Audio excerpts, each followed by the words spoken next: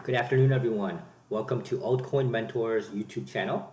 My name is Peter, and today I'm going to be talking about the near-term outlook for the top 5 coins: Bitcoin, Ether, Litecoin, Ripple, and Bitcoin Cash. I'm also going to be talking about the trade analysis for my trade yesterday, which was a small loser, and how I turned it into a small loser, the reasons why I went into the trade, and what happened. So for more advice on trading and investing in crypto, be sure to subscribe to our channel and hit the bell button to be notified when we post new videos. We'll be posting a bunch of new videos in the near term. One of them should be a exciting one on a how-to series, how to start trading, how to open up a small account, how to short, how to use margin if you want to, how to look at charts, some of the very basics of these type of things. So let's start with Bitcoin. First, we'll talk about the trades from yesterday. So if you see here, we have a big bar to the upside, and this and everything else, price action on that was, everything else was an inside bar. So everything was inside of this big bar right here. So that tells me that it's either going to break up or break down. So it changed color, telling me that it's going to break down. I put my entry in right below for confirmation. My target was 7,700, so a profit of $200, and my stop loss was 150 because that was basically the top of the previous bar over there, and it kind of coincided with the almost a 4-hour ATR of 164. So to try to get 200 and lose 150, I didn't think that that was such a bad trade. And in the first hour or so, the trade looked pretty good. I was up almost $100. It kept on going lower and lower. But that's why I put this as a trailing stop loss. Because the recent price action in Bitcoin, if you've been following our channel and follow us on Twitter and on Telegram, you notice that over the last week or so, I've been talking about the what's been going on with most of the cryptos, which is like pop up, pop down, and then it kind of goes sideways for a while, and then it goes pop up or pop down. And we don't really know where it's going to pop up or pop down, because those pop ups and pop downs are happened by big size. And I don't think that a lot of us are big position players. So we don't know what's going on in the markets too much. We're just trying to make some money off of trading. But it's been really hard because of the fact that when huge volume comes in, up or down, right, it can kind of affect the market, in different ways. So someone asked me the other day if I thought that someone was manipulating the markets, for Bitcoin or for some of the altcoins. I told them, in my opinion, I didn't really think so, because the problem is that, if someone was, they would just do it one direction. Why would you do it up and down?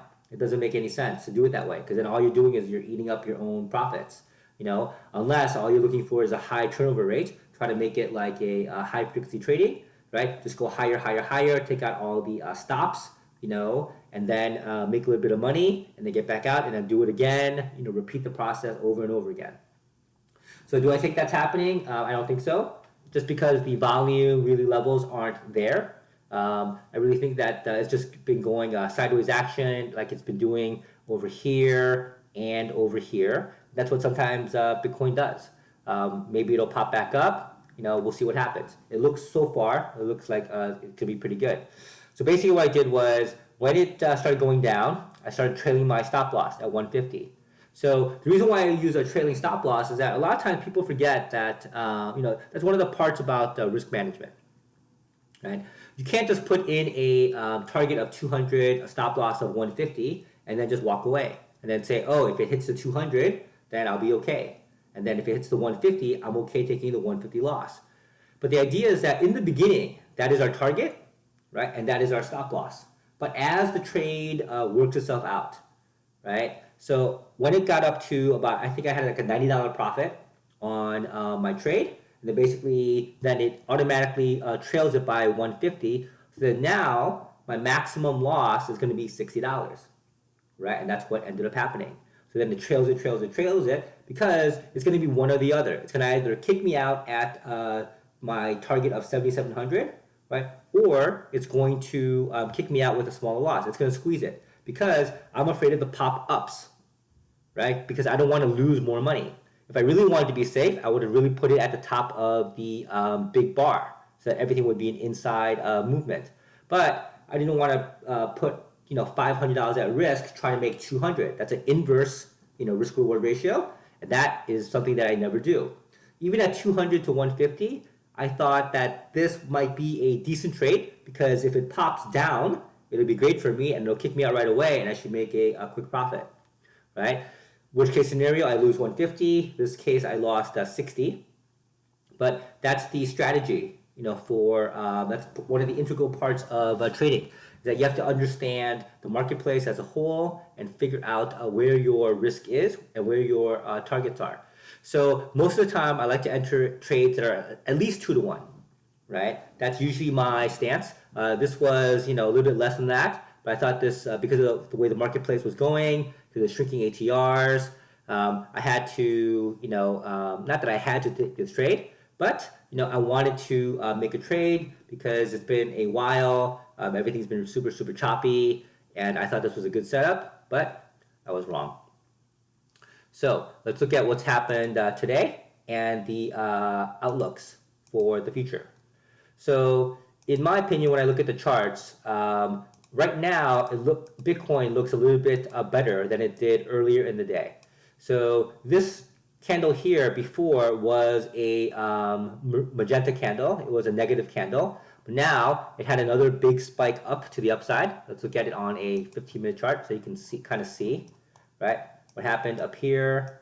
So you see what happened is that in the last couple of hours, right here, it had a big spike to the upside. Just one big bar and boom, $100. So it had the big moves down and it had the big moves up and up, back and up again. So that's what's going on in Bitcoin. So let's go over it again. I'll show you, we'll zoom in. So the reason why I'm optimistic is because of this what I call a failed signal. So the failed signal here is the same one that kind of happened over here, right? So what that means is that this is a candle that says it's going to go down, but if it's failed or abandoned, then the next candle, if it turns color and confirms to the higher side, so that means that later on today, if it happens, so tonight this color, if it closes on a blue, then the high is 82.30. So then what I'll do is I'll put my order, a buy order, at 82.35 up to the top. That's as of now, if it doesn't pop up to the high side. So, but this is only if it closes, at that color. So it has to close at that level. If it doesn't, that's why I put it here, because it's not today, it's going to be for tomorrow, which will happen in a few hours. So if it does, then it'll fill my order, and I will be long to the upside, and hopefully we'll see what happens.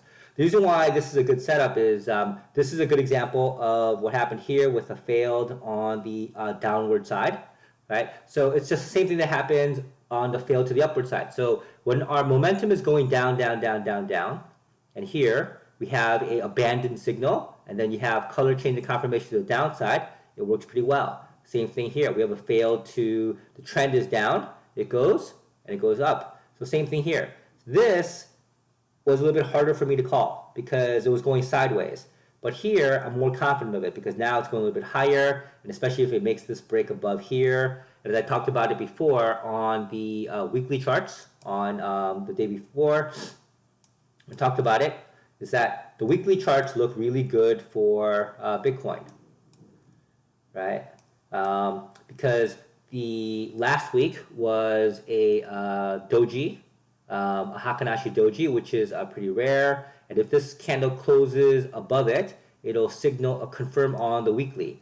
That hasn't happened in a long time, right? I mentioned it before. The last time it happened was last September in 2017. And then you saw that nice big run to the upside. So, and I talked about how it's been working because it happened here again. After a color change here, it worked again. Here, color change, it worked. The last time it didn't work was in 2016. So it's been a while.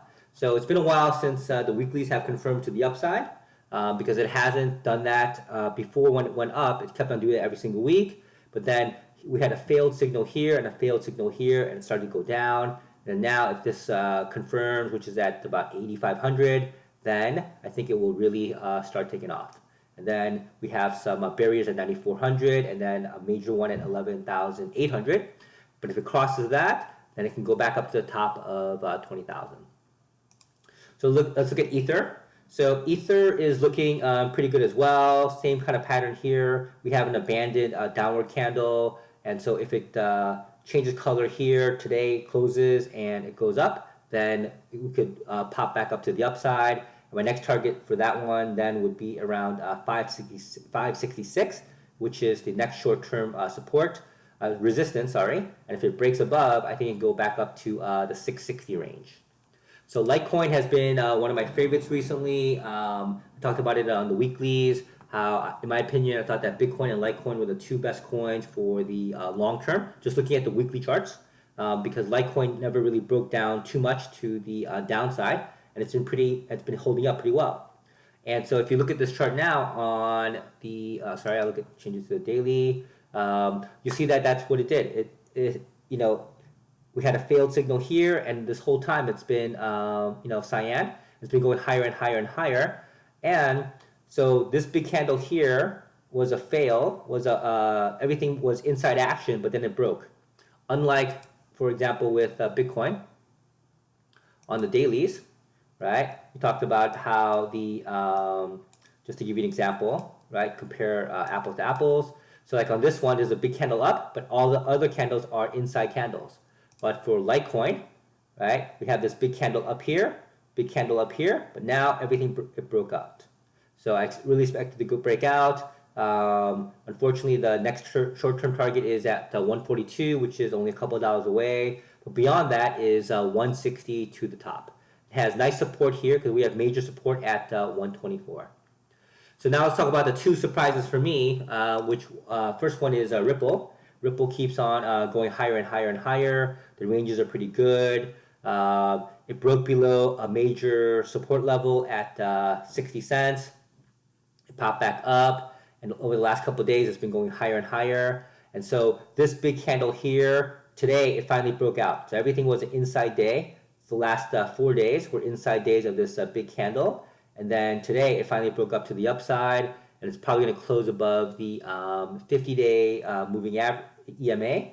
And if it does, then the next barrier would be the 200 at 73 cents, and then it can go all the way up to 85 cents. And then the real surprise for me is Bitcoin Cash. My apologies to Bitcoin Cash, because I felt that it was going to go a little bit lower and lower. But today, it looks like it's about to close above its major resistance point over here. I haven't been really looking at it much because I thought it was going to go down into the lower 500s. But on this one, I was totally wrong. I missed out on a nice opportunity. But that goes to show you what happens when news hits. That's what happened today, right? Or earlier today. Bitcoin Cash is going to have a new fork coming out in May with some colored coins and some other stuff. So, you know, I had no idea that was happening. A lot of other people didn't know that was happening. The news got released today, and then boom, it went from 760, you know, shot up all the way up to almost 900 bucks. So, you know, who knows when those things are going to happen. You know, those announcements are never really planned, like well in advance. But now that we know that the fork is going to happen in the future, sometime in the, I think the second week of May, maybe we can plan for this, and I'll look at the Bitcoin Cash a little bit better. So hopefully you enjoyed this video. Don't forget that we have you know, more things to learn. We have a research library, we have Twitter, we have Telegram, we have a model portfolio. You can follow the link down below. If you like this video, please let me know by hitting the like button below. Subscribe and share it with your fellow crypto traders in the comments below, because we do a very good job of answering everyone's comments and questions. Thank you for watching, and I will see you in the next video.